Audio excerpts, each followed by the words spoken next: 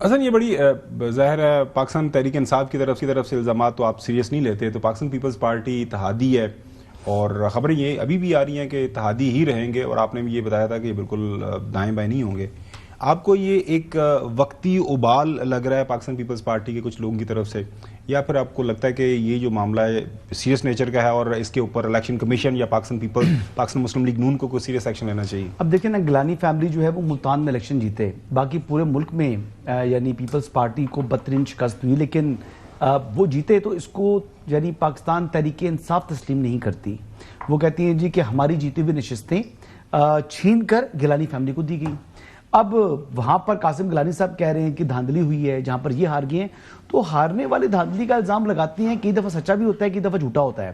بہرحال جی ایک ہی unique forum ہے جہاں پر اگر دھاندلی ہوئی ہے، بے ضابطگی ہوئی ہے تو اس کو چیلنج کیا جا سکتا ہے، نتائج کو چیلنج کیا جا سکتا ہے. وہ الیکشن ٹریبیونل ہیں تو جائیں وہاں پر ٹریبیونلز کے اندر اپنے جو لیگل ریمیڈیز ہیں وہ ایکسرسائز کریں. یہی طریقہ کار ہے، یہی وے فارورڈ ہے.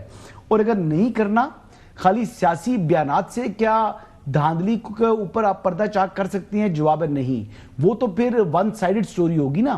بات تو یہ ہے کہ دونوں اطراف کے وکلا بیٹھیں اور وہاں پر ایک ٹریبیونل کے سامنے اپنا موقف پیش کریں، پھر جس کے حق میں ہو. لیکن ابھی تو وقت بھی کم گزرا ہے، ری کاؤنٹنگ ہو سکتی ہے، ووٹس کو چیک کیا جا سکتا ہے کہ واقعی جو یہ الزامات عائد کر رہے ہیں وہ درست ہیں یا غلط ہیں. تو یہ دودھ کا دودھ اور پانی کا پانی ہونا چاہیے جی، بالکل ریگنگ نہیں ہونی چاہیے.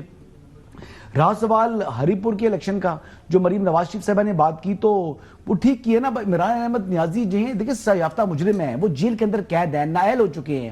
جب لیڈر نااہل ہو گیا تو عمر ایوب نااہل ہیں، تو ان کی بیگم نے کہاں سے الیکشن جیتنا تھا؟